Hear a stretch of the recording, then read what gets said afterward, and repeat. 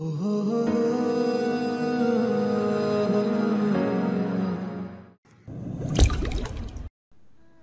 মন কখনো ক্লান্ত হয় না। এই স্লোগান দিতে দিতে নিজেকে শক্ত করল মেঘ। আজকে সে ফজরের আজানের সময় উঠেছে, রাতে অ্যালার্ম দিয়ে ঘুমিয়েছিল। দিন যত যাচ্ছে পরীক্ষা তত কাছে আসছে, যেভাবেই হোক চান্স পেতে হবে। প্রথম টার্গেট মেডিকেল, দ্বিতীয় ঢাকা বিশ্ববিদ্যালয়। এজন্য সবই পড়তে হচ্ছে তাকে। নামাজ পড়তে বসেছে মেঘ।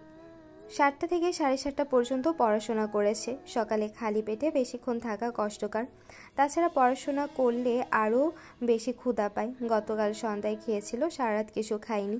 খিদায় চুচো করছে পেট। দৌড়ে নিচে গেল মেঘ। মেঘের দৌড় দেখে ভয় পেয়ে গেল হালিমা খান। উনিও রান্নাঘর থেকে ছুটলেন। হালিমা খান চিহ্নিত স্বরে জিজ্ঞেস করলেন, কি হয়েছে তোর, এভাবে ছুটছিস কেন? মেঘ জবাব দিল, আমার খুব ক্ষুধা পেয়েছে আম্মু, তাড়াতাড়ি খেতে দাও।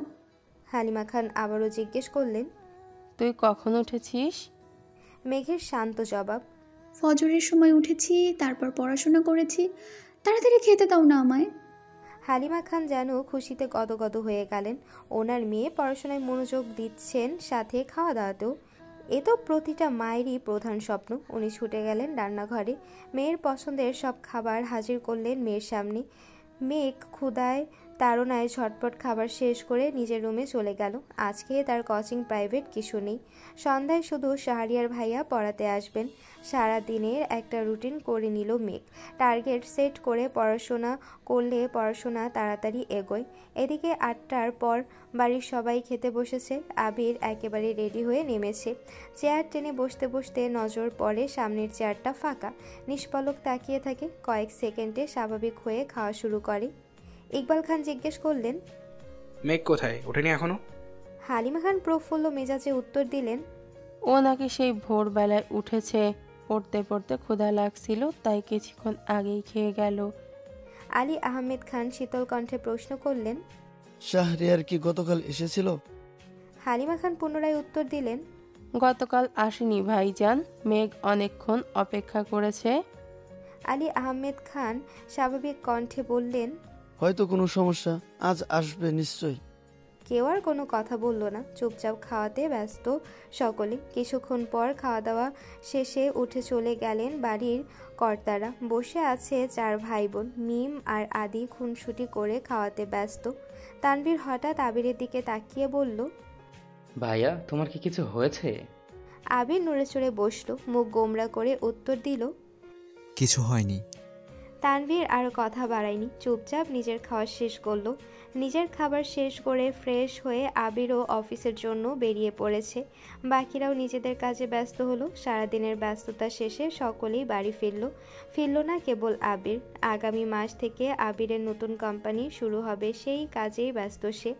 সারাদিন বাবার কোম্পানির কাজ সামলে সন্ধ্যার পর প্রায় দেখতে হয় নিজের অফিসের কাজকর্ম। সাথে তার আরও 2জন বন্ধু আছে, একজন রাকিব আর একজন রাসেল। আবিরের পরেই তাদের পোস্ট। আবিরের বর্তমানে তারাই সামলাবে কোম্পানি। কয়েক বছর আগে থেকেই আবিরের সাথে প্ল্যান করে রেখেছিল, এটারই পূর্ণতা পেতে চলেছে। এদিকে গতকালের ন্যায় আজও পড়ার রুমে অপেক্ষা করছে মেঘ, কিন্তু শাহরিয়ার ভাইয়া আসার কোনো খবর নেই। এই পৃথিবীতে কারোর জন্য অপেক্ষা করার মতো কষ্ট আর কিছুতেই নেই। অধৈর্য হয়ে রাগে ফুঁসতে ফুঁসতে মেঘ বড় আব্বুর সামনে গিয়ে দাঁড়ালো। আলী আহমেদ খান সোফায় বসে কফি খেতে খেতে টিভি দেখছিলেন। মেঘ জিজ্ঞাসু চোখে তাকালো বড় আব্বুর দিকে, তারপর আস্তে করে বলল, ভাইয়া কি পড়াতে আসবেন না? আলী আহমেদ খানের মনোযোগ সরল টিভির দিক থেকে। এক পলক তাকালো মেঘের দিকে, তারপর পকেট থেকে ফোন বের করে ডায়াল করলো শাহরিয়ার নাম্বারে। প্রথমবার রিসিভ হলো না, দ্বিতীয়বার রিসিভ হলো। আলী আহমেদ খান জিজ্ঞেস করলেন, তুমি আসছো না কেন, পড়াবে না? শাহরিয়ার শীতল কণ্ঠে উত্তর দিল, আঙ্কেল, আমার জন্য বাসাটা দূরে হয়ে যায়, সময় মেনটেন করাটাও একটু সমস্যা, তাই আমি আর আসতে পারবো না, সরি। আলী আহমেদ খানের জবাব। তাহলে তুমি এই কথাটা প্রথম দিনই জানাতে পারতে। শাহরিয়ার গম্ভীর কণ্ঠে উত্তর দিল, একটু অসুস্থ ছিলাম আঙ্কেল, হাসপাতাল থেকে আজই ফিরেছি, আপনাকে সময় করে ফোন দিতাম আমি। আলী আহমেদ খান উদ্বিগ্ন কণ্ঠে শুধালো, কি হয়েছে তোমার? শাহরিয়ার ঠান্ডা কণ্ঠে বলল, তেমন কিছু না, হালকা ব্যথা পেয়েছি, দোয়া করবেন আঙ্কেল, আল্লাহ হাফেজ। আলী আহমেদ খান বললেন, সাবধানে থেকো। আল্লাহ হাফেজ। আলী আহমেদ খান মেয়েকে জানালেন। মেয়ে কি বলবে বুঝতে পারল না, ঠায় দাঁড়িয়ে রইল সোফার পাশে। তখনই সিঁড়ি দিয়ে নামছিল তানভীর। মেঘের কাছে দাঁড়িয়ে প্রশ্ন করল, এখানে দাঁড়িয়ে আছিস কেন? মেঘ মাথা নিচু করে পাতলা অধর নেড়েচেড়ে বলে, শাহরিয়ার ভাইয়া পড়াবেন না আমায়। তানভীর কপাল গুটিয়ে বলল, তাতে মন খারাপ করার কি আছে? মানুষের সমস্যা থাকতেই পারে। মেঘ চোখ তুলে তাকালো ভাইয়ের পানি। তানভীর বড় আব্বুর দিকে তাকিয়ে পুনরায় বলল, আমার একজন পরিচিত আপু আছে, উনি খুব ভালো পড়ান শুনেছি। আপনি অনুমতি দিলে আমি কি কথা বলে দেখব? আলী আহমেদ খান তানভীরের দিকে তীক্ষ্ণ দৃষ্টিতে তাকালেন। হয়তো মনে মনে ভাবলেন, যেই ছেলে জীবনে পড়াশোনায় করে না সেই ছেলে আবার বোনের জন্য টিউটর খুঁজছে। মুখ ফুটে বললেন, দেখো তোমার মতো গর্দভ হয় না যেন। তানভীর হাসি মুখে বলল, এবার 2-1 দিন পড়ার পর মেঘের যদি মনে হয় পড়বে তাহলেই ফিক্সড করব। আলী আহমেদ খান এবার যেন স্বস্তি পেলেন, সহজভাবেই বললেন, ঠিক আছে, কালকে আসতে বলো তাহলে। তানভীর আর কথা না বাড়িয়ে চুপচাপ বাসা থেকে বের হয়ে গেল। মেঘও নিজের মতো বই খাতা নিয়ে রুমে চলে গেল। আজ মঙ্গলবার। মেঘ রেডি হয়ে একেবারে নিচে নামলো। ক্লাসের টাইম 30 মিনিট এগিয়ে দিয়েছে, তাই তাড়াতাড়ি যেতে হবে। খাবার টেবিলে বসে তাড়াহুড়ায় খাবার খাচ্ছে মেঘ। সামনের চেয়ার ফাঁকা, এতেই যেন মেঘের স্বস্তি কাজ করছে। রবিবারের ধমক খাওয়ার পর থেকে মেঘ ইচ্ছে করেই আবিরের থেকে দূরে দূরে থাকতে চাইছে। এদিকে আবির 8টার দিকে না খেয়ে অফিসে চলে গেছে। নিজের অফিসের কাজ শেষ করে তারপর বাবার অফিসে যাবে। মেঘও খাওয়া শেষ করে কোচিংয়ের উদ্দেশ্যে রওনা দিল। 2টায় মেঘ কোচিং থেকে এসে ফ্রেশ হয়ে খেতে বসেছে। 2 লোকমা মুখে তুলতেই কারোর পায়ের শব্দে ফিরে তাকায় মেঘ। আবির খাবারের টেবিলের দিকে আসছে, অমনি মেঘের গলায় খাবার আটকে গেছে। খাবার গিলতে পারছে না মেয়েটা, কোনো রকমে পানি দিয়ে খাবারটা গিলল। এদিকে আবির বেসিন থেকে হাত ধুয়ে এসে মামুনিকে খাবার দিতে বলল। বসলো মেঘের বিপরীতে রাখা চেয়ারটাতে। মেঘের চিবুক নামলো গলায়, দৃষ্টি তার প্লেটের দিকে। মনে মনে আল্লাহ আল্লাহ করছে মেয়েটা। 2 দিন পালিয়ে থেকেও লাভ হলো না, বারবার কানে বাজছে রবিবারের সেই কথাটা। কে চায় স্বেচ্ছায় মায়ের খেতে? কোনো রকমের খেয়ে সরে পড়লেই বাঁচে সে। খাওয়ার গতি বাড়ল, নাকি মুখে খাচ্ছে মেঘ। আবির ক্ষিপ্ত দৃষ্টিতে তাকালো মেঘের দিকে, কপাল কুঁচকে গম্ভীর গলায় বলল, কি হয়েছে তোর? মেঘের নিঃশ্বাস আটকে গেছে, গলা শুকিয়ে কাট, সারা শরীরে কম্পনের মাত্রা তীব্র হলো। কথা বের হচ্ছে না মুখ দিয়ে, কিন্তু আজ তাকে বলতে হবে। হিটলারের মুখোমুখি হতে হবে তাকে। নিজেকে নিজে সাহস দিল মেঘের সরল স্বীকারোক্তি, কিছু হয়নি আমার। আবির কিছু বলতে গিয়েও গিলে ফেললো কথাটা। এরই মধ্যে হালিমা খান আবিরের খাবার নিয়ে এসেছেন। আবির খাওয়ায় মনোযোগ দিল। হালিমা খান আবিরকে উদ্দেশ্য করে বললেন, সকালে কিছু খেয়েছিলি বাবা? আবির গুরুভার কণ্ঠে উত্তর দিল, খাইনি। হালিমা খান কিছুটা চিহ্নিত কণ্ঠে বললেন, সকালে খেয়ে গেলেই পারতিস, একটু দেরি হলে না হয় হতো। আবির কোনো উত্তর দিল না। মেঘ মনে মনে ভাবছে, আমায় যে লোক হুমকি দেয় ঠিকমতো খেতে হবে, সে নিজে যখন না খেয়ে থাকে তখন তাকে কেউ কোনো ধমক দেয় না। শব্দ সেই মেঘের। থাকবোই না এই বাড়িতে আমি। উঠতে চাইলো টেবিল থেকে, তৎক্ষণাৎ চোখ পড়ে আবির ভাইয়ের দিকে। আবির মাথা নিচু করে খাচ্ছে। এখন উঠতে গেলে নিশ্চিত ধমক দিয়ে আবার বসাবে। কে জানে আবার থাপ্পড়ি মারে কি না। এসব ভেবে মেঘ আবার বসে দ্রুত গতিতে খাওয়া শুরু করে। আবির রাগে এক প্রকার চিৎকার দিয়ে উঠল, একটা থাপ্পড় দিব তোকে, এভাবে খাচ্ছিস কেন? মেঘ সহসা থেমে গেল। ধমক খেয়ে চোখ টলমল করছে তার। মুখের ভাতগুলো কোনো রকমের গিলল। মনে মনে ভাবল, আমাকে থাপ্পড় দেওয়ার এত ইচ্ছে আপনার? আবিরের থাপ্পড়ের ভয়ে 2 দিন যাবৎ খাবার টেবিলে সবার সাথে খায় না মেয়েটা। কে জানতো এই দুপুরবেলা আবির ভাই অফিস থেকে বাসায় চলে আসবেন। জানলে হয়তো আগে খেয়ে নিত, না হয় আবির ভাই খাওয়ার পর খেতে আসতো। কেন এই মানুষটা তার সামনে আসে, কেনই বা এত রাগ দেখায়, ভেবে পায় না মেঘ। হঠাৎ মনে পড়ে যায় ঘুম থেকে উঠে বলা স্লোগানটা। মেঘ মনে মনে বিড়বিড় করলো, আমার মন একমাত্র আমার নিয়ন্ত্রণে চলবে। মেঘ ভয় পাবে না আবিরকে। তারপর স্বাভাবিকভাবে প্লেটের ভাতগুলো শেষ করে হাত ধুয়ে সিঁড়ির দিকে যেতে নেয়। সোফার কাছ পর্যন্ত যেতেই মিম আর আদি দৌড়ে এসে জাপটে ধরে মেঘকে। আকস্মিক ঘটনায় কিছুটা ঘাবড়ে গেল মেঘ। তারপর স্বাভাবিক কণ্ঠে বলল, কি হয়েছে তোদের? মিম ফিসফিস করে মেঘকে বলল, আপু প্লিজ আবির ভাইয়াকে বলো না আমাদের নিয়ে বাইকে ঘুরতে। কখনো বাইকে উঠিনি, প্লিজ বলো না। মেঘ কোনো কিছু না ভেবেই বলল, আমি বলতে পারবো না। আদি বলে উঠল, প্লিজ প্লিজ প্লিজ আপু, আমরা বলার সাহস পাচ্ছি না, প্লিজ তুমি একটু বলো না।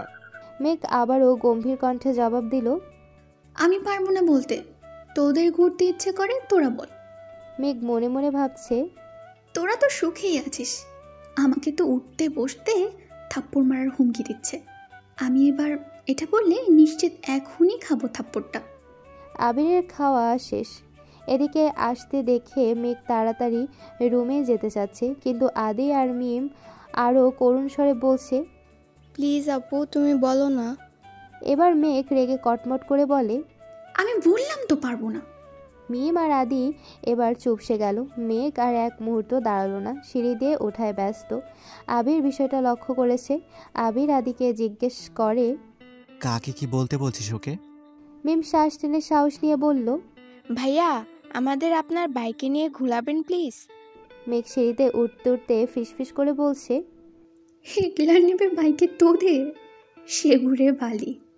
আবির কণ্ঠ 3 গুণ ভারী করে উত্তর দিল, আমার বাইকে কাউকে ওঠাবো না। কিছুদিন পর তানবীরকে বাইক কিনে দেব, তখন ও তোদের নিয়ে ঘোরাবে। আদি আকস্মাৎ প্রশ্ন করে বসল। তুমি তানবীর ভাইয়াকে নিয়ে ঘোরো না? আবির এবার স্বাভাবিক কণ্ঠেই বলল, এখনও তানবীর আমার বাইকে ওঠেনি, তবে ভবিষ্যতে উঠতে পারে। ওর সাথে তোদের কি সম্পর্ক? মিম আর আদি বোকা হয়ে রইল। মেঘের কথা ফলে যাওয়াতে নিজেকে নিয়ে গর্ব করতে করতে রুমের দিকে যাচ্ছে আর ভাবছে, দুই ভাইয়ের গলায় গলায় সম্পর্ক, অথচ বাইকে ওঠার পারমিশন দেয়নি। ছে! সহসা অভিব্যক্তি পাল্টালো মুখের, বিড়বিড় করে বলল, এই হিটলারের থেকে আর কি আশা করা যায়। রুমে গিয়ে সোজা শুয়ে পড়ল। তৎক্ষণাৎ ফোনটা হাতে নিল। এই 2-3 দিনে একবারের জন্য ফেসবুকে ঢুকেনি সে। মন খারাপ কাটাতে ঢুকলো ফেসবুকে। কিছুক্ষণ ঘোরাঘুরির পর একটা পোস্ট সামনে আসছে। একদিন আগে আবির একটা সম্ভবত সুন্দর ছবি আপলোড দিয়েছে, সাথে ছোট করে ক্যাপশনে লিখেছে, শূন্যতা আমায় ঘিরে আছে, আর আমি ঘিরে আছি মোহে। মেঘ ছবিটা দেখে যতটা খুশি হলো তার থেকে বেশি চিহ্নিত হলো ক্যাপশনে কি বুঝিয়েছে তা ভাবতে। সে ক্যাপশন বোঝার চেষ্টায় মগ্ন হলো। মনে মনে আওড়ালো, উনি কি তাহলে সত্যি কারোর সাথে রিলেশনে আছেন? তৎক্ষণাৎ মনের ভেতর থেকে জবাব এলো, উনি প্রেম করলে তোর কি? তোর যে উঠতে বসতে থাপ্পড় দেওয়ার ভয় দেখায়, তোর লজ্জা করে না এই হিটলারকে নিয়ে ভাবতে? সঙ্গে সঙ্গে ডাটা অফ করে ফোন রেখে দিল মেঘ। সত্যি তো, সে তো আবির ভাইয়ের উপর রেগে আছে, তাহলে আবার আবির ভাইকে নিয়ে ভাবছে কেন? এদিকে আবির রুমে এসে 5-10 মিনিট রেস্ট নিয়ে নিজের ল্যাপটপ আর কিছু কাগজপত্র নিয়ে বেরিয়ে পড়েছে। সন্ধ্যায় মেঘের নতুন টিউটর এসেছে। বয়স এত বেশি না, ঢাকা বিশ্ববিদ্যালয়ে ফিজিক্সে পড়াশোনা করছেন, এবার 3য় বর্ষে আছেন। দেখতে মাশাআল্লাহ অনেক সুন্দরী, গোলগাল চেহারা, বোরকা পরে হিজাব পরে এসেছেন। গুছিয়ে কথা বলেন, সুন্দর করে বুঝিয়ে পড়িয়েছেন মেঘকে। মেঘ যেন পড়ার থেকেও বেশি মুগ্ধ হয়েছে ওনার কথা বলার স্টাইলে। ওনার নাম জান্নাত। মেঘের ওনাকে এতই ভালো লেগেছে যে 2 দিন পড়া পর্যন্ত অপেক্ষা করতে পারল না। জান্নাত আপু চলে যাওয়ার সঙ্গে সঙ্গে ছুটে গেল বড় আব্বুর কাছে, জানালো ওনার কাছেই পড়বে সে। আলী আহমেদ খান যেন কিছুটা নিশ্চিন্ত হলেন। তারপরও মেঘকে বললেন, কখনো যদি মনে হয় তোমার পড়ার ঘাটতি হচ্ছে, তাহলে আমি নতুন টিউটর আনবো। তুমি চিন্তা করো না, পড়াশোনায় মনোযোগ দাও। মেঘ ঠিক আছে বলেই নিজের রুমে চলে গেল। রাতে সবাই একসাথে খাওয়া দাওয়া করলো, কিন্তু আবির নেই। ইদানিং আবির অফিস শেষ করে নিজের নতুন অফিসে চলে যায়। ওখানে সব গোছানো, প্ল্যানিং করা এসব নিয়ে ব্যস্ত থাকে। রাত 11টার আগে ফিরবেই না। কেউ অপেক্ষাও করে না তার জন্য, কারণ আবিরের কড়া নির্দেশ, আমার জন্য কেউ অপেক্ষা করলে আমি আর ফিরবই না। সেই থেকে মা আর মামুনি নিজেদের সময় মতো শুয়ে পড়ে। আবির 11টার পরে এসে ফ্রেশ হয়ে নিজের মতো খায়। কেটে গেল আরও 2 দিন। দেখা হলো না মেঘ আর আবিরের। সকালে আবির খেতে আসলেও মেঘ আগে আগেই খেয়ে পালায়। সে আবির ভাইয়ের মুখোমুখি হতে চায় না। মেঘ ছোটবেলা থেকেই খুব আবেগী আর জেদি। অল্পতে কান্না করা তার স্বভাব। আর কোনো বিষয়ে জেদ করলে তা সহজে কাটে না। যেমন সামান্য থাপ্পড়ের জন্য আবির ভাইয়ের সাথে 9 বছরের উপরে কথা বলেনি একটিবার। আবির দেশে আসাতে মন অন্যরকম অনুভূতি জন্মানো শুরু করেছিল সবেমাত্র, কিন্তু আবির ভাইয়ের হুমকিতে অনুভূতিগুলো চাপা পড়ে যাচ্ছে। মেঘ নিজেই যেন অনুভূতিগুলোকে মাটি চাপা দিতে ব্যস্ত। কথায় আছে, চোখের আড়াল হয়ে গেলে মনের আড়াল হতে বেশি সময় লাগে না। এজন্য মেঘ সর্বোচ্চ চেষ্টা করছে যেন আবির ভাইয়ের সামনে সে না পড়ে। সবাই টেবিলে বসার আগেই সে খেয়ে নিজের রুমে চলে যায়। আবির ভাই অফিসে গেলে সে কোচিংয়ের জন্য বের হয়। দুপুরে আবির থাকে না বলে একটু রিল্যাক্সে খেতে পারে। রাতে জান্নাত আপু পড়িয়ে যায় 7:30 নাগাদ, তখনই খেয়ে রুমে চলে যায়। তখনও তো আবির ভাই ফিরবেই না, দেখা হবে কিভাবে? সেই রবিবার থেকে মেঘ পালিয়ে বেড়াচ্ছে। আজ বৃহস্পতিবার। মেঘ নিজের পড়া শেষ করে শুয়ে মোবাইলটা হাতে নিয়েছে। আবিরের কথা খুব মনে হচ্ছে তার, তাই আবিরের আইডিতে ঢুকলো, কিন্তু কোনো আপডেট নেই। মনের ভেতরটা কেমন জানি মোচড় দিল মেঘের। মঙ্গলবার দুপুরে খেতে বসেছিল একসাথে, তারপর আর দেখেইনি সে। মেঘের খুব ইচ্ছে করছে আবির ভাইকে দেখার, মনকে কোনোভাবেই শান্ত করতে পারছে না। মনের জোরগুলো নিস্তেজ হয়ে পড়েছে। অনেকক্ষণ মনকে বুঝিয়ে ব্যর্থ হলো, তাই রুম থেকে বের হয়ে গুটি গুটি পায়ে এগিয়েছে আবির ভাইয়ের রুমের দিকে। রাত তখন 11টার উপরে। ড্রয়িং রুমে একটা হালকা আলোর বাল্ব জ্বলছে, পুরো বাড়ি অন্ধকার। মেঘ আবিরের রুমের সামনে দাঁড়ালো। দরজা চাপানো। আস্তে করে ধাক্কা দিল মেঘ। চেক করতে চাইছিল খোলা কি বন্ধ। মেঘের হালকা ধাক্কাতেই খুলে গেল দরজা। কিছুটা ঘাবড়ে গেল মেঘ। যদি আবির ভাই রুমে থাকেন তাহলে আজ থাপ্পড় নিশ্চিত। তাই দুগালে হাত দিয়ে আস্তে করে উকি দিল রুমে। রুমের বারান্দায় বাল্ব জ্বলছে, সেটার আলোয় রুমে আসছে। মোটামুটি আলোকিত হয়ে আছে রুমটা। আবির কোথাও নেই। বিছানা টান টান করে পাতানো, টেবিলে বই খাতা কাগজপত্র এলোমেলো, সাথে একটা ল্যাপটপের আলো জ্বলছে। চেয়ারের উপর 2-3টা কাগজপত্র এলোমেলো পড়ে আছে। ছেলেদের রুম সচরাচর যেমন হয়। মেঘ মনে মনে ভাবছে, আবির ভাই কি এখনো বাসায় ফেরেননি? নিজের রুমের দিকে ফিরে এক কদম এগোতেই কানে ভেসে আসে গানের সুর। দাঁড়িয়ে পড়ল মেঘ। মনে মনে ভাবছে, গান কি গাইছে? আবির ভাই নয় তো? আবারও ঘুরে গুটি গুটি পায়ে এগিয়ে গেল সিঁড়ির কাছে। মেঘ এই জীবনে কোনোদিন সন্ধ্যার পর ছাদে যায়নি। সবাই গেলেও যায় না, ওর ভয় লাগে। সন্ধ্যাবেলা নাকি ছাদে তানারা ঘুরে বেড়ায়, সারা রাত ছাদেই থাকেন। এ ভয়ে ছাদে পা বাড়ায় না সেদিকে। সিঁড়ির কাছে এসে থমকে দাঁড়ালো মেঘ। এই গানটা কি তানারা গাইছেন আমাকে আকৃষ্ট করে নেওয়ার জন্য? যাবে কি যাবে না এটাই ভাবছে মেঘ। বুকে সাহস নিয়ে 2 কদম এগিয়েছে মেঘ। একটু উকি দিয়ে দেখলো ছাদের দিকে। ছাদের গেটটা খোলা। এটা দেখে মনে সাহস পেল মেয়েটা। তানারা গান গাইলে গেট খোলার কি দরকার? তারপরও আল্লাহ আল্লাহ করে এগোচ্ছে মেঘ। গেটের কাছে এসে বুকে হাত রেখে উকি দিল ছাদের দিকে। ছাদের এক কর্নারে নজর পড়ল। সিঙ্গেল সোফার উপর হেলান দিয়ে বসে আছে একজন। ছাদের উপর থেকে মেঘ সরে যেতে স্পষ্ট বোঝা গেল এটা আবির ভাই। মেঘ নিস্তব্ধ হয়ে দাঁড়িয়ে পড়ল। এত রাতে আবির ভাই ছাদে কি করেন? কৌতূহল হলো মেঘের। আগে কি গান গেয়েছে তা মেঘ বুঝতে পারিনি। নিচ থেকে শুধু সুরটাই শুনেছে। এখন আবির ভাই নীরব। কয়েক মুহূর্ত পর আবির ভাই আবার শুরু করলো।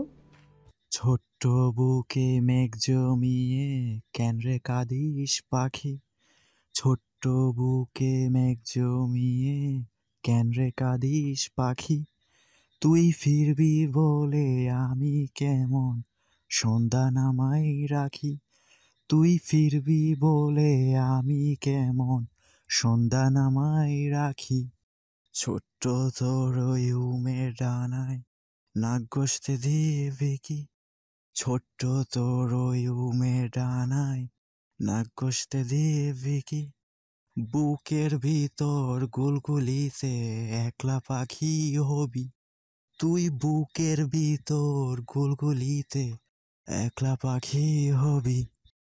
মেঘ উদ্বিগ্ন নয়নে তাকিয়ে আসে আবির ভাইয়ের দিকে। ছেলেদের গান শিখতে হয় না, তারা খালি গলাতে গান গাইলেও যেন অসম্ভব সুন্দর লাগে। মেঘ মুগ্ধ হয়ে আবিরের গান শুনছে। আবির ভাই একই লিরিক্স বারবার গাওয়াতে গানে মনোযোগ দিল মেঘ। নিজেকে নিজে প্রশ্ন করলো মেঘ, এই গান কাকে উদ্দেশ্য করে গাইছেন উনি? আমাকে নিয়ে নয় তো? এটুকু বলতেই মুখে হাসি ফুটে উঠল মেঘের। তৎক্ষণাৎ মনে হলো উনি আমাকে নিয়ে কেন গান গাইবেন? আমি কে? তানভীর ভাই তো সেদিনই বলল আবির ভাইয়ের জীবনে কেউ আছে। তাহলে কি তার কথা ভেবেই গাচ্ছেন? সঙ্গে সঙ্গে হাসি গায়েব হয়ে গেল। নিস্তব্ধ আখিতে তাকিয়ে আছে সে। বুকের বাঁ পাশে হালকা ব্যথা অনুভব হলো। ওনার মনে সত্যি অনেক দুঃখ। না হয় এমন গান কেউ গায়? এর মধ্যে আবির ভাইয়ের গান থেমে গেল। কিছুক্ষণ নীরব থেকে পকেট থেকে একটা সিগারেট বের করে ঠোঁটে ধরল। আগুন দিয়ে জ্বালালো সেই সিগারেট। এদিকে মেঘের মাথায় আকাশ ভেঙে পড়েছে। নিজের চোখকে বিশ্বাস করতে কষ্ট হচ্ছে। আবির ভাই সিগারেট খান? দাঁড়িয়ে থাকার শক্তিটুকু পাচ্ছে না মেয়েটা। আকস্মিক দরজার এখানেই বসে পড়েছে সে। মেঘের জাত শত্রু হলো সিগারেট। যেখানে সিগারেটের গন্ধ মেঘ সহ্য করতে পারে না, সিগারেটের গন্ধে তার শ্বাসকষ্ট হয়ে যায়, সেখানে আবির সিগারেট খাচ্ছে। এটা যেন মেঘ মানতেই পারছে না। ওষ্ঠধয় উল্টে নীরবে চোখের জল ফেলছে।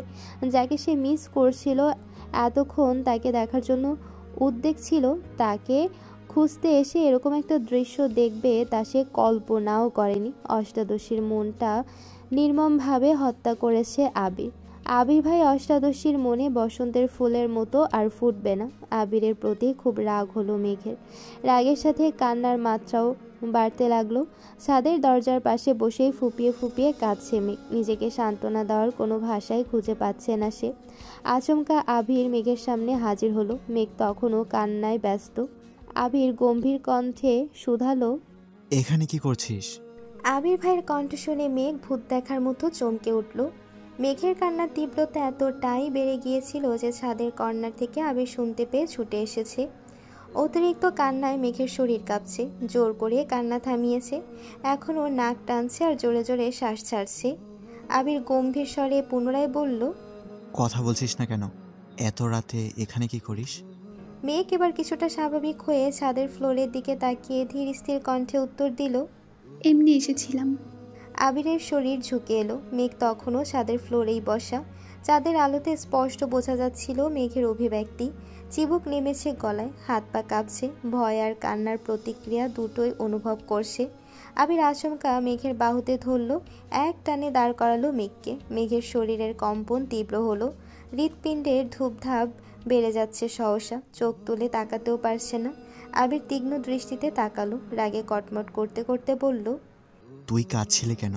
মেঘ উত্তর খুঁজে পাচ্ছে না। কিভাবে বলবে? আবির ভাইয়ের সিগারেট খাওয়া আর অন্য মেয়েকে উদ্দেশ্য করে গান গাওয়াতে তার ভেতর থেকে এমনিতেই কান্না আসছে। মেঘ মাথা নিচু করে চুপ করে রইল।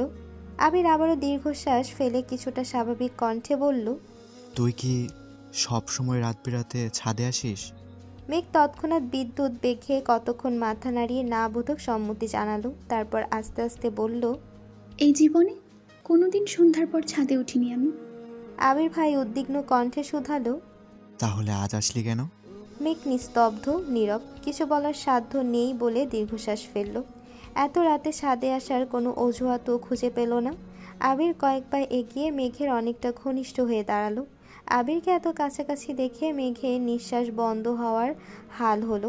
আবিরের গায়ের গন্ধে মাতাল হওয়া অবস্থা। ভয়ঙ্কর পরিস্থিতি থেকে নিজেকে বাঁচাতে 2 কদম পিছিয়ে গেল মেঘ। কিন্তু পেছনে আর জায়গা নেই। দরজার পাশের পিলারে পিঠ ঠেকল। থরথর করে কাঁপছে অষ্টাদশীর ছোট্ট দেহ। পায়ের পাতা শিরশির করছে। সরে যেতে চাইল সামনে থেকে। আচমকা আবির 2 হাতে পিলারের দুপাশ চেপে ধরল। কিছুটা ঝুঁকে মেঘের মুখোমুখি হলো। আবিরের উষ্ণ শ্বাস, তীব্র দৃষ্টি মেঘকে নাজেহাল করে দিচ্ছে। মানসিক টানা পোড়নে পড়ে গেল মেঘ। বুকের ভেতর কেউ অবিরাম নৃত্য করছে, যার শব্দ বাইরে থেকে শোনা যাচ্ছে। শরীর ঘামতে শুরু করেছে। আবির ভাই হঠাৎই শীতল কণ্ঠে বলল, এত বছর তো খুব পালিয়ে বেরিয়েছিস, এখন দেখব কতটা পালাতে পারিস। আবিরের ঠান্ডা হুমকিতে কেসে উঠল। এই কথা শোনা মাত্র মেঘের শরীরে হাই ভোল্টেজের ঝাঁকুনি দিল। মেঘের বক্ষ স্পন্দন জোরালো হতে শুরু করেছে। আবির সরু নেত্রে অষ্টাদশীর পানে তাকিয়ে আছে। মেঘের টালমাটাল অবস্থা বুঝতে পেরে সামনে থেকে সরে গেল। আবির শক্ত কণ্ঠে ফের বলল, রুমে যা। আবির সরে যাওয়াতে স্বস্তি পেল মেঘ। বারবার দীর্ঘশ্বাস ফেলতে শুরু করলো। কয়েক মুহূর্ত পর সিঁড়ির দিকে নামতে গেলে গুটি গুটি অন্ধকার সিঁড়ি। পেছনে ফিরে তাকিয়ে বুকে সাহস নিয়ে ডাকলো, আবির ভাই। আবির উল্টো দিকে ফিরেছিল। ডাক শুনে ঘুরে বলল, হুম। মেঘ ভয়ে ভয়ে বলল, আমাকে একটু রুম পর্যন্ত দিয়ে আসবেন প্লিজ। আবির বিস্মিত কণ্ঠে বলল, কেন হাঁটতে পারছিস না? মেঘ মাথা নিচু করে আস্তে ধীরে বলল, ভয় লাগছে। কেন? তানারা যদি আমাকে ধরে ফেলে। আবির কয়েক সেকেন্ড থেমে সশব্দে হেসে উঠল। আবির মেঘের কথায় হাসছে, ভাবতেই মনে মনে খুশি লাগছে মেঘের।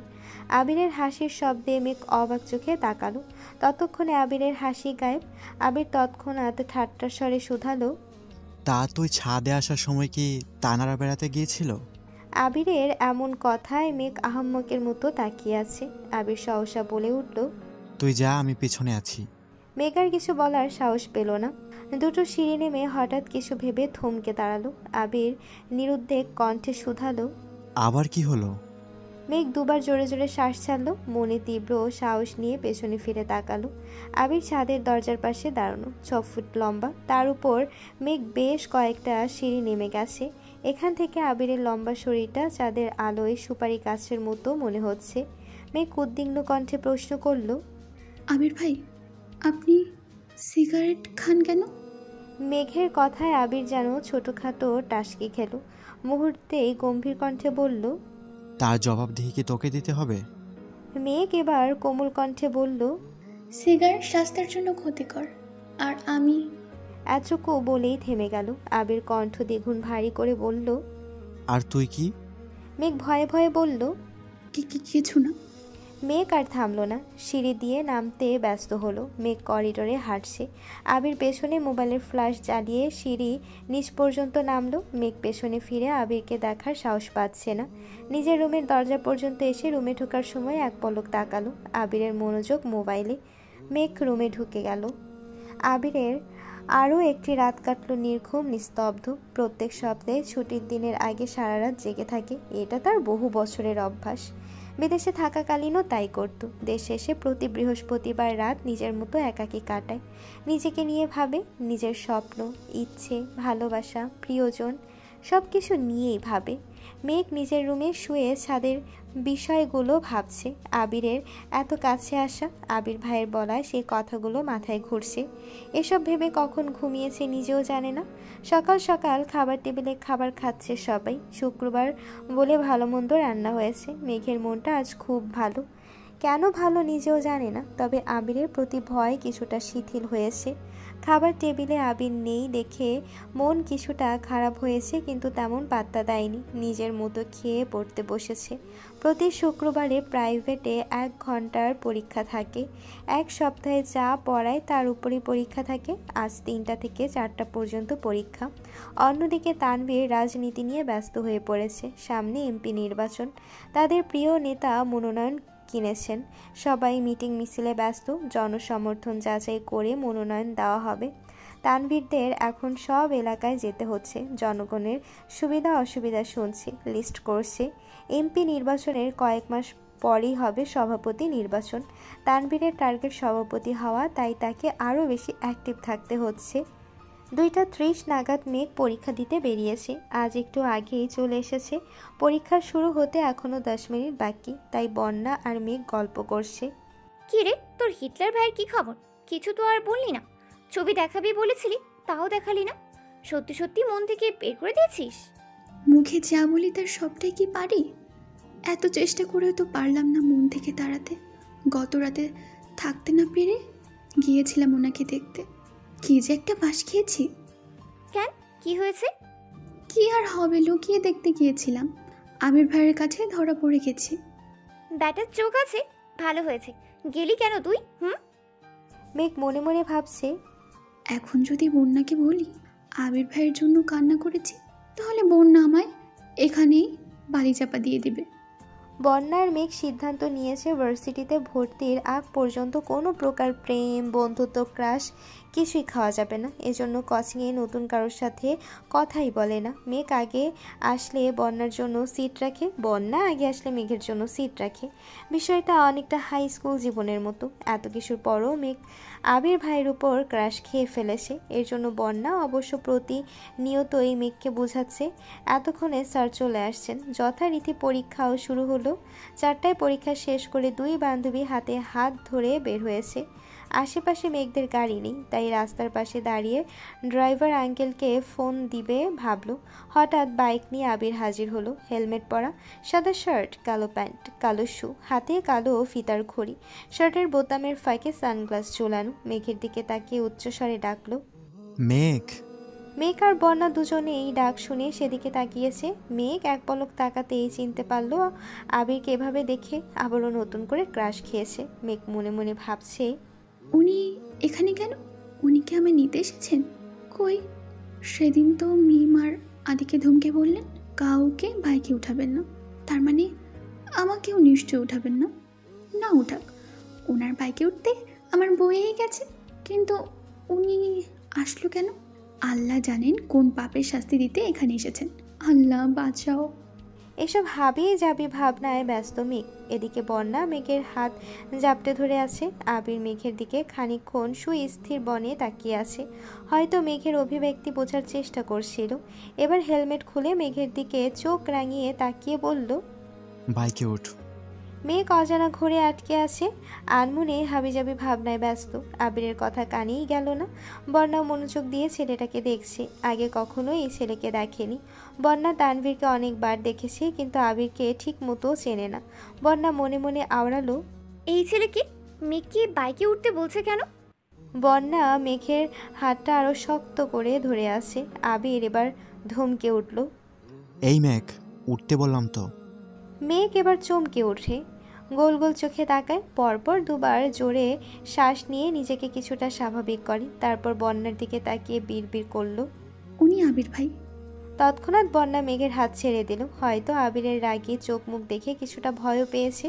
মেঘ এক পা এগিয়ে আবিরের কাছাকাছি এসে দাঁড়িয়েছে। ততক্ষণে আবিরের বাইক থেকে নেমে গেছে। আবির মেঘের দিকে স্পষ্ট চোখে তাকিয়ে উদ্বিগ্ন কণ্ঠে শুধালো, এই, তুই কি কিছু খাস? মেঘ কপাল কুঁচকে বলল, মানে কি খাবো? কোন দুনিয়ায় থাকিস তুই? ডাকলে শুনিস না? মেঘ চুপচাপ মাথা নিচু করে রইল। আবির আবারও বলল, বাইকে উঠ। আবির মেঘকে বাইকে উঠতে বলেছে। এটাও সম্ভব? মেঘ নিজের কানকে বিশ্বাস করতে পারছে না। মেঘের হেলদোল নেই দেখে আবির বাইক থেকে হেলমেট নিয়ে নিজেই মেঘকে পরিয়ে দিল। তারপর পুনরায় বাইকে বসে গুরু গম্ভীর কণ্ঠে বলল, তুই কি উঠবি? এত কিছু না ভেবে মেঘ হাসি মুখে বাইকে উঠে বসলো। আবিরের গায়ের সাথে গা লাগাতে কেঁপে উঠল কিছুটা। মেঘ কাঁধে হাত রাখবে নাকি রাখবে না তা নিয়ে দোটানায় আছে। এমনিতেই জীবনে প্রথম বাইকে উঠেছে, তার উপর আবার আবির ভাইয়ের বাইকে। আবির মেঘের মনের অস্থিরতা বুঝে শীতল কণ্ঠে বলে, দৌড়ে বস, না হয় পড়ে যাবি। মেঘ কাঁপা কাঁপা হাতে আবিরের কাঁধে হাত রাখলো। সঙ্গে সঙ্গে মেঘের হৃদস্পন্দনের মাত্রা বাড়তে লাগলো। এদিকে বন্যা নির্বাক চোখে তাকিয়ে দেখছে আর ভাবছে, মেঘের বর্ণনায় কোনো ভুল ছিল না। আবির ভাইয়া সত্যিই অসাধারণ। যে কোনো মেয়ে এক দেখাতে ক্রাশ খাবে। কয়েক সেকেন্ডের মধ্যে আবির বাইকে স্টার্ট দিল। মনের ভয়ে মেঘ আবিরের কাঁধে জোরে চেপে ধরল। মেঘের কান দিয়ে শাঁসা করে মৃদু বাতাস ঢুকছে। প্রথমবার বাইকে ওঠার অনুভূতি অসাধারণ। মেঘ নিভু নিভু চোখে চারপাশ দেখার চেষ্টা করছে। বেশ কিছুক্ষণ পর তারা পৌঁছে গেল বসুন্ধরা সিটি শপিং কমপ্লেক্সে। আবির মেঘকে শপিংয়ে নিয়ে আসছে ভাবতেই মেঘ আনন্দে আত্মহারা হয়ে যাচ্ছে। এত খুশি রাখার জায়গা পাচ্ছে না। আবির মেঘকে নিয়ে একটা হিসাবের দোকানে গেল। রেগুলার পরার জন্য হিসাব চাইতেই দোকানদার জর্জেট হিসাবের বক্স বের করে দিল। মেঘের বুঝতে বাকি নেই। রবিবারে বলেছিল হিসাব পরে যেতে, কিন্তু মেঘ ওড়না মাথায় দিয়ে যাচ্ছিল। কি করবে সে? মা আর বড় মা ছাড়া মেঘ একা শপিংয়ে যায়নি কখনো। বড় আম্মুরাও এখন শপিং করবেন না, তাই মেঘ ভেবেছিল কিছুদিন ওড়না মাথায় দিয়ে যাবে, তারপর ওনারা শপিংয়ে গেলে হিসাব নিয়ে নেবে। মেঘ বক্স থেকে বেছে বেছে 3টা আলাদা করেছে। তারপর আবিরকে দেখে জিজ্ঞেস করলো, এই 3টা নিব? আবির মেঘের প্রশ্নের উত্তর না দিয়ে দোকানদারকে জিজ্ঞেস করলো, এগুলোর মধ্যে কয়টা কালার আছে আপনার কাছে? দোকানদার বললেন, ভাইয়া আপাতত 24টা আছে, আপনি চাইলে আরও দিতে পারবো, তবে কিছুদিন পরে নিতে হবে। আবির স্বাভাবিক কণ্ঠে বলল, সবচেয়ে বড় সাইজের 24টা কালারের হিজাব দেন। আবিরের কথা শুনে মেঘ তড়িৎ বেগে তাকালো, তৎক্ষণাৎ চোখ নামিয়ে শক্ত গলায় বলল, এতগুলো লাগবে না, 3টা হলেই হবে। আবির তীক্ষ্ণ দৃষ্টিতে মেঘের দিকে তাকিয়েছে, রাগে কটমট করে বলল, তোকে কিছু জিজ্ঞেস করছি আমি। আবিরের রাগে চোখ দেখে ভয়ে সিঁঠিয়ে পড়ল মেঘ। আর কিছু বলার সাহস পেল না, কিন্তু ভেতরে ভেতরে ক্রোধে ফুঁসছে। যেখানে তার কোচিং সপ্তাহে 3 থেকে 4 দিন 2-3টা হিজাব হলেই হয়ে যায়, সেখানে 24টা হিজাব নেওয়ার কোনো মানেই হয় না। কিন্তু এই কথা কিভাবে বুঝাবে হিটলারকে? আবির নিজে পছন্দ করে আরও কয়েকটা পার্টি হিজাবও নিল। মেঘ মাথা নিচু করে মনে মনে শুধু আবিরকে বকেই গেল। আবির শপিং ব্যাগগুলো হাতে নিয়ে মেঘকে বলল, চল। মেঘ মুখের উপর জিজ্ঞেস করে ফেলল, কোথায়?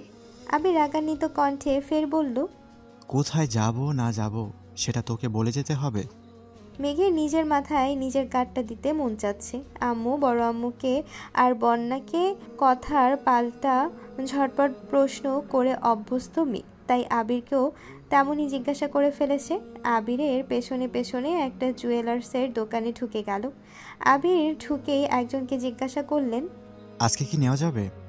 লোকটা হাসি মুখে উত্তর দিল, জি ভাইয়া, 2 মিনিট বসুন, আমি বের করে দিচ্ছি। 2 মিনিটের মধ্যেই লোকটা পুনরায় প্রশ্ন করলেন, ভাইয়া প্যাকিং করে দিব?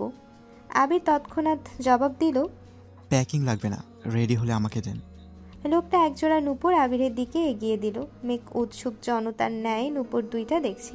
অনেক মোটা আর খুব সুন্দর ডিজাইনের 2টা নূপুর। আবিরের আকস্মিক কর্মকাণ্ড দেখে মেঘ কারেন্টের খাম্বানায় স্তব্ধ হয়ে গেছে। আবিরের এক হাঁটু ফ্লোরে, আরেকটা পা স্বাভাবিক রেখে নিচে বসেছে, যেভাবে প্রপোজ করে অনেকটা সেভাবে। সহসা মেঘের এক পা নিজের হাঁটুর উপরে রেখে একটা নূপুর পরিয়ে দিল। এদিকে মেঘের নিঃশ্বাস বন্ধ হওয়ার অবস্থা। হৃৎপিণ্ডের কম্পনের তীব্রতা বুঝতে পেরে মনে হচ্ছে এই যাত্রায় আর বাঁচবে না। আবিরকে না করার শক্তিটুকুও পাচ্ছে না। মেঘ খাম্বার মতো স্থির, যা হওয়ার তার শরীরের ভেতরে হচ্ছে। রক্ত সঞ্চালনের মাত্রা বাড়ছে। মনে হচ্ছে এই বুঝি প্রেশার বেড়ে দ্বিগুণ হয়ে যাবে। 2 পায়ে নূপুর পরিয়ে আবির চেয়ারে বসলো। মেঘের দিকে তাকিয়ে শান্ত কণ্ঠে বলল, দেখ কেমন লাগছে। মেঘ তখনও নিষ্পলক চোখে আবিরের দিকে তাকিয়ে আছে। আবির রাগে ফুঁসতে ফুঁসতে দাঁতের দাঁত চেপে বলল, তোকে নূপুর দেখতে বলেছি, আমাকে না। আবিরের কথায় দোকানদার জোরে হাসি শুরু করেছে। ততক্ষণে মেঘ স্বাভাবিক হলো। পরিস্থিতি বুঝতে পেরে তাড়াতাড়ি পায়ের দিকে তাকালো। সত্যি অনেক সুন্দর লাগছে। মেঘের ফর্সা পায়ে নূপুরগুলো দেখতে অন্যরকম লাগছে। মেঘ খুশিতে গদগদ হয়ে বলল, অনেক ধন্যবাদ আবির ভাই। আবির দোকানের বিল পরিশোধ করে মেঘকে নিয়ে কাছাকাছি একটা রেস্টুরেন্টে গেল। মেঘের বারবার মনে হচ্ছে এই সব কিছু স্বপ্ন। একটু পর ঘুম ভাঙবে আর সব শেষ হয়ে যাবে। রেস্টুরেন্টে বসে আবির মেঘের দিকে মেনু কার্ড এগিয়ে দিয়ে ধীর কণ্ঠে বলল, তো যা খেতে ইচ্ছে হয় তাই অর্ডার দে। মেঘ নিজের পছন্দ মতো কাচ্চি সাথে বোরহানির কথা বলল। আবির ওয়েটারকে দেখে 2টা কাচ্চি দিতে বলল, সাথে 2 গ্লাস বোরহানি। মেঘ উত্তেজিত কণ্ঠে জিজ্ঞেস করল, আবির ভাই আপনার কি কাচ্চি পছন্দ? আবির বেশ বিরক্ত হয়ে বলল, আমার পছন্দ অপছন্দ জেনে তোর কাজ নেই। সহসা মুখের মুখটা চুপসে গেছে। খাবার আশায় দুজন চুপচাপ খাবার খেলো। মেঘ অবশ্য খেতে খেতে কয়েকবার চোখ তুলে আবিরকে দেখেছিল, কিন্তু আবিরের সেদিকে কোনো ভ্রুক্ষেপ নেই। সব কাজ শেষে আবির বাইকে উঠতে যাবে, এমন সময় মেঘ আবিরকে ডাকলো, আবির ভাই। না কিছু না। আবির এবার সত্যি সত্যি রেগে গেল। কণ্ঠ 3 গুণ ভারী হলো। রাগান্বিত স্বরে বলতে শুরু করলো, তোকে হিজাব আর নূপুর দিয়েছি বলে খুশিতে বেশি লাফাস না। মাথায় ওড়না দিয়ে বউয়ের মতো চলাফেরা যাতে না করতে পারিস সেজন্য হিজাব দিয়েছি। আর তুই সারাক্ষণ টুই টুই করে কোথায় কোথায় ঘুরছিস সেসব জানতে নূপুর দিয়েছি। আবিরের এমন কথা শুনে মেঘ আহাম্মক বনে গেল। মনে মনে কি না কি ভাবছিল সে। আবির ভালোবেসে গিফট দিচ্ছে। আহ, কি সুন্দর অনুভূতি হচ্ছিল। সব কিছু মুহূর্তেই বিলীন হয়ে গেছে। অষ্টাদশীর মনের ভেতর নবা জাগ্রত অনুভূতিগুলোতে আবির সযত্নে এক বালতি পানি ঢেলে দিল। আবির কণ্ঠ খাদে নামিয়ে বলল, বাইকে ওঠ। মেঘ ভয়ে ভয়ে চুপচাপ উঠে বসলো, তবে মনে মনে ঠিক করলো এবার আর আবিরকে ধরে বসবে না। আবিরের ধমকে মেঘের ভাবনার সুতো ছিঁড়ল। আবির রাগান্বিত কণ্ঠে বলল, এক কথা তোকে কতবার বলতে হয় মেঘ? দৌড়ে বস, না হয় তোকে রাস্তায় ফেলে চলে যাব। ধমক খেয়ে মেঘের ছোট্ট দেহ কম্পিত হয়। সহসা শক্ত হাতে আবিরের কাজ চেপে ধরে। আবির আর কিছু বলল না। বাসার সামনে পর্যন্ত আসলো, কিন্তু কেউ কোনো কথা বলল না। আবির বাসার সামনে বাইক থামিয়ে স্বাভাবিক কণ্ঠে বলল, বাসায় যা। মেঘ বাইক থেকে নেমে আবিরের দিকে তাকিয়ে জিজ্ঞেস করলো, আপনি যাবেন না? না। কোথায় যাবেন? আবির বিরক্তি নিয়ে বলল, তুই কে যে তোকে আমার সব কিছু বলে যেতে হবে? আর একবার আমার মুখের উপর প্রশ্ন করবি, সঙ্গে সঙ্গে থাপ্পড় দিব। মেঘের মুখটা চুপসে গেছে, চিবুক নামিয়েছে গলায়, পাতলা ওষ্ঠে বিড়বিড় করে বলল, হিটলার একটা। আবিরের তৎক্ষণাৎ জবাব এলো, আমি হিটলার হলে তুই কি? আবির শুনে ফেলেছে ভেবেই আটকে উঠল মেঘ। আবিরের দিকে দ্বিতীয়বারের মতো তাকানোর সাহস হলো না। আবিরের থাপ্পড়ের ভয়ে ছুটে পালালো বাড়ির ভেতর। আবির নিষ্পলক চোখে অষ্টাদশীর পায়ের দিকে তাকিয়ে আছে। নুপুরের ঝনঝন শব্দ কানে লাগছে। আচমকা আবিরের ঠোঁটের কোণে এক চিলতে হাসির ঝলক দেখা গেল।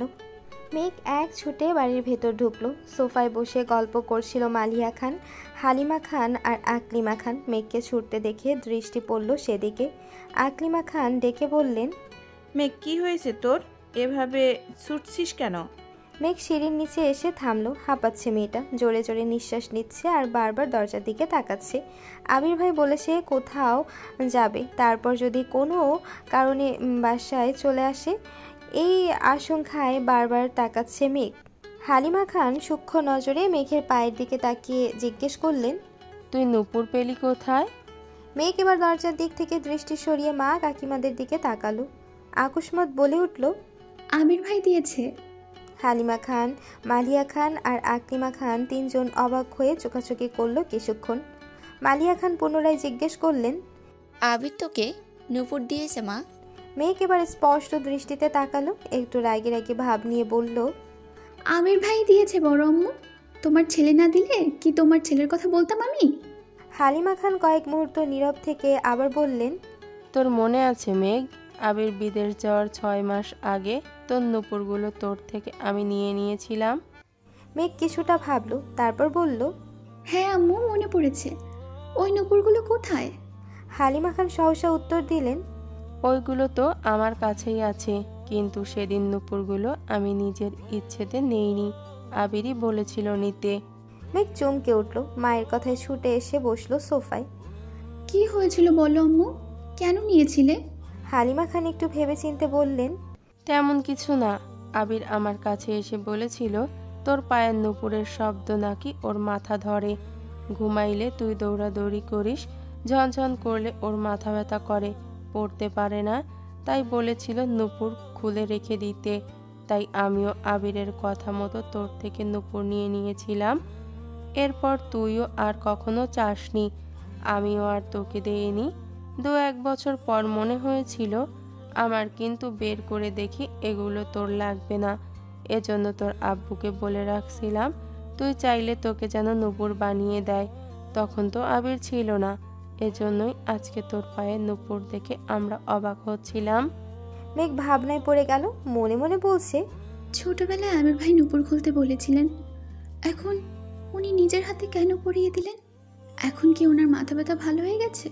তাহলে কি সত্যি আমার চালচলন পর্যবেক্ষণ করতেই নূপুরগুলো দিয়েছেন, নাকি ছোটবেলার কথা ভেবে মনটা নরম হয়েছে ওনার? আকলিমা খান হাসি মুখে বলে উঠলেন, ওইসব বাদ দে, শপিং ব্যাগে কি রে মেঘ? মেঘ কাকিয়ার কথায় স্বাভাবিক কণ্ঠে বলল, হিজাব। কেউ আর কিছু বলল না, তারা তাদের আড্ডায় মনোযোগ দিল। মেঘও শপিং ব্যাগ নিয়ে সিঁড়িতে ওঠায় ব্যস্ত হলো। রাতে আর আবিরের সাথে মেঘের দেখা হয়নি। প্রতিদিনের মতো আজকেও সকাল 8টায় অফিসের জন্য রেডি হয়ে খেতে বসেছে আবির, মেঘ। ইচ্ছে করেই আজ সেজেগুজে খেতে নামবে ভাবলো। চুল ছাড়াই সেগুলো কোমর সরিয়ে পড়েছে, মাথায় পিচ্ছি বাচ্চাদের মতো একটা পুতুলের বেলও দিয়েছে। কালো জামা পরেছে, সাথে ম্যাচিং কালো ওড়না, ওষ্ঠদয়ে হালকা গোলাপি রঞ্জক লাগিয়েছে। সিঁড়ি দিয়ে নামছে। আবির এক পলক তাকাতে স্তব্ধ হয়ে রইল। মেয়েটা এমনিতেই অনেক ফর্সা, তার মধ্যে কালো জামা পরাতে অসম্ভব সুন্দর লাগছে। সাথে চুলগুলো ছাড়া থাকাতে মায়াবন বিহারিণীর মতো লাগছে অষ্টাদশীকে। আবির চোখ সরাতে পারছে না, অবিচলিত আখিতে তাকিয়ে আছে অষ্টাদশীর পানি। হঠাৎ তানভীর ডেকে উঠল, ভাইয়া তুমি কি আজ ফ্রি আছো? মনোযোগ নষ্ট হলো আবিরের। মেঘের দিক থেকে চোখ নামালো, তানভীরের দিকে না তাকিয়ে বলল, কেন? আজকে আমাদের হবু এমপির জন্মদিন। উনি তোমার কথা বলেছিলেন।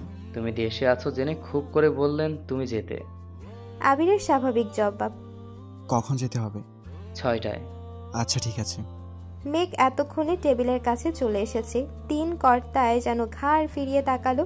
সকলেই এক নজর পায়ের দিকে তাকালো, কিন্তু কেউ তেমন কথা বলল না। অবশ্য কথা বলারও কিছু নেই। মেয়েদের সাজুগুজুতে বাবা চাচারা নাক গলায় না সচরাচর, বরং তারা চায় বাড়ির মেয়েরা সবসময় হাসি খুশি থাকুক। মেঘ চেয়ার টেনে বসলো আবির ভাইয়ের বিপরীতে। এক পলক তাকালো। আবির ভাইও আজ কালো শার্ট পরেছে। আবির ভাই সবসময় সাদা অথবা কালো শার্টই পরেন। হঠাৎ কফি কালার বা আসমানি বা হালকা কোনো কালার পরেন। শুধু পাঞ্জাবের ক্ষেত্রে ব্যতিক্রম দেখা যায়। ড্রেস মিলে যাওয়াতে মেঘের মাথা নিচু করে মুচকি হাসলো।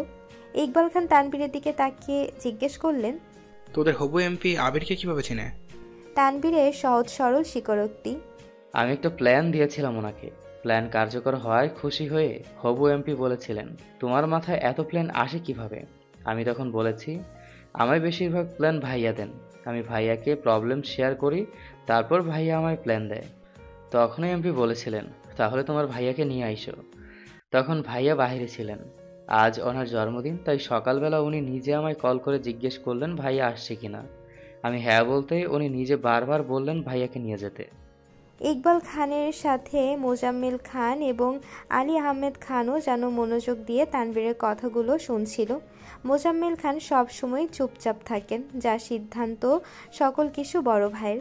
তানভীরের এসব কথা শুনে আলী আহমেদ খান রাগে ফুঁসছেন। রাগান্বিত স্বরে বললেন, আবির, আমি কিন্তু তোমায় আগেই সাবধান করেছি, রাজনীতিতে তুমি জড়াবে না। আবির নিরুদ্বেগ কণ্ঠে উত্তর দিল, আমি তো বলেছি রাজনীতি করব না। তাহলে তানভীরকে রাজনীতির নিয়ে প্ল্যান দাও কেন? রাজনীতি নিয়ে মাথা ঘামাও কেন? আর এমপির জন্মদিনে যেতে এক কথায় রাজি হলে কেন? এই বুদ্ধি প্ল্যান ব্যবসায় লাগাতে আমাদের ব্যবসাটাও আরো এগোতো। গম্ভীর কণ্ঠে একটানা কথাগুলো বললেন আলী আহমেদ খান। মেঘ, মিম আর আদি চুপচাপ খাচ্ছে। বাবা চাচার কথায় কোনো মনোযোগ নেই তাদের। মেঘ খাচ্ছে আর মিটিমিটি হাসছে, আবার একটু পরপর আবির ভাইয়ের দিকে পিটপিট করে তাকাচ্ছে। আলী আহমেদ খানের কথায় আবির খাবার টেবিল থেকে চোখ তুলে তাকালো। রাশভারী কণ্ঠে বলা শুরু করলো, তোমাদের কয়েক বছর যাবত একটাই সমস্যা, তানবীর কেন রাজনীতি করে। মেইন কথা তোমরা রাজনীতি পছন্দ করো না, কিন্তু আমি মন থেকে চাই তানবীর রাজনীতি করুক, এবং সেটা মাঝপথে ছাড়ার জন্য না। সভাপতি, এমপি, মন্ত্রী পদে পদে নিজের সাফল্য বয়ে আনুক, এবং আমার বিশ্বাস আমার ভাই সফল হবে ইনশাল্লাহ। কয়েক সেকেন্ড থেমে আবার বলা শুরু করলো, প্রতিটা বিষয় আমরা নিজেরা যখন ভাবি তখন একতরফা ভাবি। মনে হয় আমি যা ভাবছি সেটাই ঠিক, এটা করলে পারফেক্ট হবে, কিন্তু সব দিক থেকে সেটা পারফেক্ট নাও হতে পারে। তাই তানবীর পরিস্থিতি বুঝে নিজে যা ভাবে সেটা আমায় জানাই। যদি ভাবনা ঠিক থাকে তাহলে আমি বলি ঠিক আছে, না হয় আমি সাজেশন দিই এটা এভাবে না করে ওভাবে কর, এতটুকুই। এই কথাগুলো তানবীর চাইলে আমায় না বলে তাদের কমিটির লোকজনকে বলতে পারত, কিন্তু তানবীরের যেহেতু ইচ্ছে সভাপতি হওয়ার, তার প্ল্যান সভাপতি জানলে সে কাজ করবে, তখন তানবীরের নাম থাকবে না। এই জন্য তানবীর আমায় শেয়ার করে। আরেকটা বিষয় হলো ব্যবসা। আমি ব্যবসায় ঢুকেছি মাত্র 1 সপ্তাহ হলো। আমি সব কিছু বুঝে নেই ঠিক মতো, তারপর দেখো ব্যবসায় মনোযোগ দিতে পারি কিনা। এমপির জন্মদিনে যেতে রাজি হওয়ারও কারণ আছে। এবার বাবা চাচাদের দিকে এক পলক তাকিয়ে চোখ নামিয়ে বলা শুরু করলো, তোমরা এখন নামি দামি ব্যবসায়ী, এক সময় তোমাদেরও ব্যবসায় অনেক ছোট ছিল, অনেক ঝামেলা পোহাতে হয়েছে তোমাদের। তখন আমি ছোট ছিলাম, তবু যতটা সম্ভব বুঝেছি। বর্তমানে আমি নতুন ব্যবসা শুরু করতে যাচ্ছি, আমারও কাগজপত্র নিয়ে অনেক জায়গায় দৌড়াদৌড়ি করতে হয়। অনেক বিত্তবানদের সঙ্গে ব্যবসার দিক থেকে টক্কর লাগবে। শুধু টাকা থাকলেই সব কিছু করা সম্ভব হয় না, সাথে পাওয়ার প্রয়োজন হয়। অনেক সময় পুলিশের থেকেও রাজনৈতিক পাওয়ার বেশি কাজে লাগে। আইনিভাবে যে বিষয় সমাধান করতে মাসের পর মাস লেগে যায়, সেটা বড় বড় নেতাদের একটা কলেই সলভ হয়ে যায়। তানবীরের যেহেতু রাজনীতিতে আগ্রহ আছে, তাহলে সে মনোযোগ দিয়ে রাজনীতি করুক, আমি ব্যবসা সামলাই। তানবীর ভালো অবস্থানে থাকলে আর আমি মোটামুটি পরিচিত থাকলে আমাদের যে কোনো প্রয়োজনে আশেপাশে মানুষের সাহায্য পাবো। এতগুলো কথা বলে এবার আবির থামলো। মেঘ হা করে তাকিয়ে আছে আবির ভাইয়ের দিকে আর ভাবছে কি দূরদর্শী চিন্তা ভাবনা আবির ভাইয়ের। মেঘ মনে মনে নিজেকে বাহবা দিচ্ছে। আমির ভাইয়ের জন্য হিটলার নামটা একদম ঠিকঠাক। আলী আহমেদ খান, মোজাম্মেল খান এবং ইকবাল খান তিনজনই অবাক চোখে তাকিয়ে আছে। ইকবাল খান সহসা বলে উঠলেন, দেখেছো ভাইয়া আবিরের চিন্তা ভাবনা কত দূর, আগে থেকে ভেবে চিন্তায় মাঠে নেমেছে। তুমি খামোখা চিন্তা করো ওর জন্য, দেখবে আমাদের ব্যবসাতে খুব শীঘ্রই পরিবর্তন আসবে ইনশাল্লাহ। আলী আহমেদ খান আর কথা খুঁজে পেলেন না, খাওয়া শেষ করে উঠে গেলেন। মোজাম্মেল খান তানভীরের দিকে তাকিয়ে বললেন, আমাদের মান না রাখো, আবিরের মান অন্তত রাখিস। তানভীর শীতল কণ্ঠে জবাব দিল, আমি সর্বোচ্চ চেষ্টা করব ভাইয়াকে সব দিক থেকে সাহায্য করার। সকলেই নীরব। এতক্ষণে মোটামুটি সবার খাওয়া শেষ, সবাই সবার মতো উঠে যাচ্ছে। আবিরের খাওয়া শেষ হতেই যেই না উঠতে যাবে, নজর পড়ল অষ্টাদশীর পানি। কাজল পরিহিতা টানা টানা চোখ গভীর দৃষ্টিতে তাকিয়ে আছে আবিরের দিকে। আবির টেনে হিসড়ে দৃষ্টি সংযত করলো, হালকা করে কাশি দিল। মেঘ এখনো বিভোরে তাকিয়ে আছে। আবির এবার দাঁড়াতে দাঁড়াতে বলল, মুখটা বন্ধ কর মেঘ, মাছি ঢুকবে মুখে। মেঘ নড়ে চড়ে বসলো। আবির ততক্ষণে বেসিনে চলে গেছে হাত ধুতে। মেঘ নিজের মাথায় নিচে গাঁটটা দিল। ছি, আবির ভাই কি ভাবলো? যতই মন শক্ত করি, আহম্মকের মতো আবির ভাইয়ের দিকে তাকিয়ে থাকবো না ভাবি, ততই যেন আবির ভাইয়ের কাছে বেকুব শাস্তিছি। সেই যে মাথা নিচু করে খাচ্ছে আর মনে মনে নিজেকে বকতে ব্যস্ত। আবির ভাই কখন ব্যাগ নিয়ে বেরিয়েছেন সেদিকেও নজর নেই মেঘের। খাওয়া শেষ করে রুমে গিয়ে পড়তে বসেছে। আজ কোচিংয়ে প্রাইভেট নেই, তাই 3টা পর্যন্ত টানা পড়াশোনা করেছে। তারপর গোসল করে খেতে বসেছে। বিকেল হয়ে গেছে, তাই কাকিয়া আর বড় আম্মু ঘুমাচ্ছে। হালিমা খানও শুয়েছিলেন। মেঘের সিঁড়িতে নামার সময় নুপুরের শব্দে বেরিয়ে এসে খাবার দিলেন মেঘকে। মেঘ চুপচাপ খাবার খাচ্ছে। হালিমা খান পাশে চেয়ারে বসে শান্ত কণ্ঠে মেঘকে জিজ্ঞেস করলেন, পড়াশোনা ঠিক মতো করছিস তো মা? মেঘ উপর নিচ মাথা নাড়ালো শুধু। হালিমা খান বললেন, আর তো কয়েকটা দিন, এরপরেই তোর রেজাল্ট দিয়ে দিবে, তারপর ভর্তি পরীক্ষার যুদ্ধ শুরু হয়ে যাবে। মেঘ চুপচাপ খাওয়া শেষ করে সোফায় বসে টিভি দেখছিল। হালিমা খান সব গুছিয়ে মেয়ের পাশে বসলেন। মেঘ কিছুক্ষণ পর মায়ের উরুর উপর মাথা রেখে শুয়ে পড়ল। হালিমা খানও সযত্নে মেঘের মাথায় হাত বুলিয়ে দিচ্ছেন। বিকেলে গোসল করাতে চুলগুলো এখনো ভেজা। হালিমা খান একটু রাগে রাগে বললেন, সারাদিন বাসায় থেকেও বিকেলে গোসল করিস কেন? ঠিক মতো না খেলে, ঠিক মতো গোসল না করলে অসুস্থ হয়ে পড়বি, তখন তো পড়তেই পারবি না। মেঘ চুপচাপ মায়ের হাঁটু আঁকড়ে শুয়ে আছে। ততক্ষণে 5টা বেজে গেছে। আবির আজ একটু তাড়াতাড়ি চলে এসেছে অফিস থেকে। 6টায় এমপির জন্মদিনের অনুষ্ঠানে যেতে হবে। বাড়িতে ঢুকে চুপচাপ সিঁড়ির দিকে যাচ্ছে। পায়ের শব্দে হালিমা খান তাকিয়ে দেখলেন আবির। হালিমা খান কোমল কণ্ঠে বললেন, এত তাড়াতাড়ি চলে এলি যে, কফি দিব তোকে? আবিরের দৃষ্টি পড়ে সোফায় হালিমা খানের উরুতে শোয়া মেঘকে দেখে বুকের ভেতর ছাদ করে ওঠে আবিরের। মায়ের কথা শুনে মেঘ ঘাড় ঘুরিয়ে তাকায়। চোখ পড়ে সিঁড়ির কাছে আবির ভাইয়ের দিকে। সঙ্গে সঙ্গে সোজা হয়ে উঠে বসলো। আবির তৎক্ষণাৎ তড়িৎ গতিতে মেঘের কাছে আসে। ভয়ার্ত কণ্ঠে বলল, কি হয়েছে তোর? বলতে বলতে কপালে গালে গলায় হাত রাখলো একবার। আবির ভাইয়ের উষ্ণ হাতের ছোঁয়ায় কেঁপে উঠল অষ্টাদশী। আবির হাত সরিয়ে উত্তেজিত কণ্ঠে পুনরায় প্রশ্ন করল, শরীর খারাপ লাগছে? মাথা ব্যথা করছে? মেঘ যেন বিস্ময়কর দৃষ্টিতে তাকিয়ে আছে আবির ভাইয়ের অভিমুখে। আবির ভাইয়ের কপাল ঘামে চিকচিক করছে। হালিমা খান অভিযোগের স্বরে বললেন, আরে দেখ না, সারাদিন বাসায় থেকেও অসময়ে গোসল করে। এত লম্বা চুল শোকাতে তো সময় লাগে নাকি? নিজের কোনো যত্ন নেয় না, কিছু না। আবির সহসা বলে উঠল, মামুনি, একটু কফি করে দেবা প্লিজ?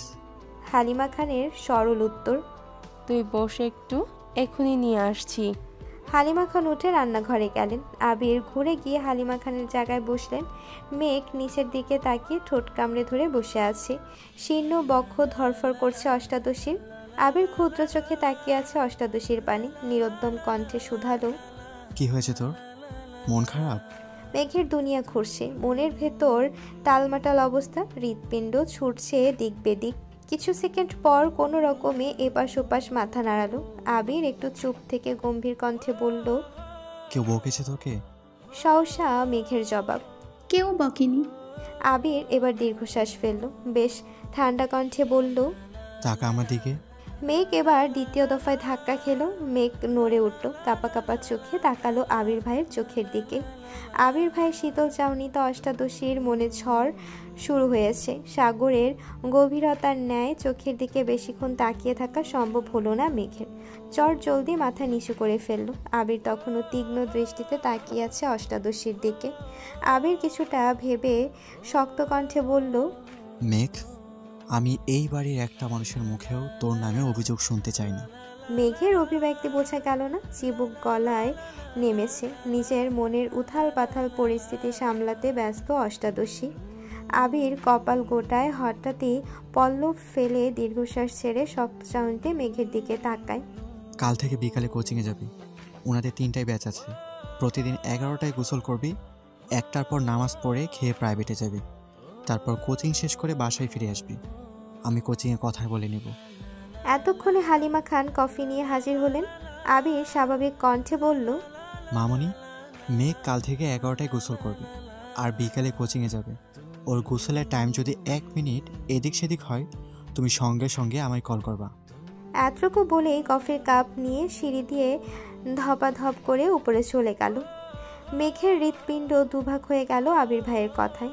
এতদিন মনের ভেতর শুধু তুফান চালিয়েছে এই লোকটা, এখন মেঘের জীবনেও তুফান চালাচ্ছে। বন্যা তো 10টার ব্যাচে যাবে, মেঘ একা একা বিকেলে পড়তে যাবে। ওখানে তো কাউকে চেনে না, ভাবতে আহত হলো মনটা। ঠায় সোফায় হালান দিয়ে বসে আছে মেঘ। হালিমা খান মেঘকে 1 কাপ কফি এনে দিলেন। মেঘ কিছুটা স্বাভাবিক হয়ে কফি খাওয়ায় মনোযোগ দিল। কিছুক্ষণ পর মেঘ সিঁড়ি দিয়ে উঠছে রুমে যাওয়ার উদ্দেশ্যে। তখনই সিঁড়ি দিয়ে ব্যস্ত পায়ে নামছে আবির ভাই। এমপির জন্মদিনের অনুষ্ঠানে যাওয়ার জন্য রেডি হয়েছেন। খয়েরি রঙের শার্ট কোনই পর্যন্ত হাতা ভাঁজ করা, কালো প্যান্ট দিয়ে ইন করা, নতুন শু জুতা, চোখে নতুন একটা সানগ্লাস, চুলগুলো খুব সুন্দর করে স্টাইল করা। এক পলক তাকাতে মেঘ থমকে দাঁড়ালো সিঁড়িতে। আবির ভাইয়ের এক হাত পকেটে, অন্য হাতে আঙ্গুলের বাইকের চাবি ঘোরাতে ঘোরাতে মেঘের পাশ কেটে নেমে গেলেন। মেঘ ওখানেই দাঁড়িয়ে পড়েছে। বডি স্প্রের তীব্র গন্ধে ঘাড় ঘুরিয়ে তাকালো আবির ভাইয়ের দিকে। যতক্ষণ দেখা গেল ততক্ষণ স্থির দৃষ্টিতে তাকিয়ে রইল। বিড়বিড় করে বলল, ওনার যন্ত্রণায় আমাকে পাবনা যেতে হবে মনে হচ্ছে। কিছুক্ষণ পর মেঘ রুমে চলে গেল। তানভীর সারাদিনও বাসায় ফিরতে পারেনি। সেই যে সকালে বের হয়েছিল, সারাদিন নির্বাচনের কাজে ব্যস্ত, বিকেলে বাইরেই খেয়েছে। তারপর থেকে জন্মদিনের অনুষ্ঠানের কাজে ব্যস্ত। কোথায় কি রাখবে, কিভাবে করবে, সভাপতি, সাধারণ সদস্য সকলেই ব্যস্ত। অনুষ্ঠান শুরু হওয়ার পর্যায়ে আবির উপস্থিত হলো। আবিরকে দেখে তানভীর ছুটে এসেছে, পরিচয় করে দিয়েছেন হবু এমপির সাথে। হ্যান্ডশেক করে মতবিনিময় শুরু করলেন দুজনে। অনুষ্ঠান ভালোই শেষ হলো। বেশ কিছু ছবিও তোলা হয়েছে এমপির ফ্যামিলির সাথে। আবির, তানভীর এমপির দুপাশে দাঁড়িয়ে কেক খাওয়ানো সহ আরও অনেক ছবি তোলা হয়েছে।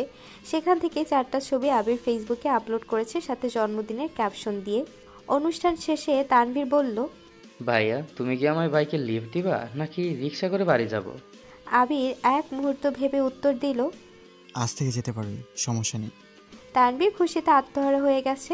10 দিনের মাথায় ভাইয়ের বাইকে ওঠার অনুমতি পেল। বাইক চালাতে চালাতে আবির গম্ভীর কণ্ঠে তানভীরকে বলল, আচ্ছা, তোর কাছে মেঘের বান্ধবীর নাম্বার আছে? তানভীর স্বাভাবিকভাবেই বলল, হ্যাঁ আছে। কেন ভাইয়া?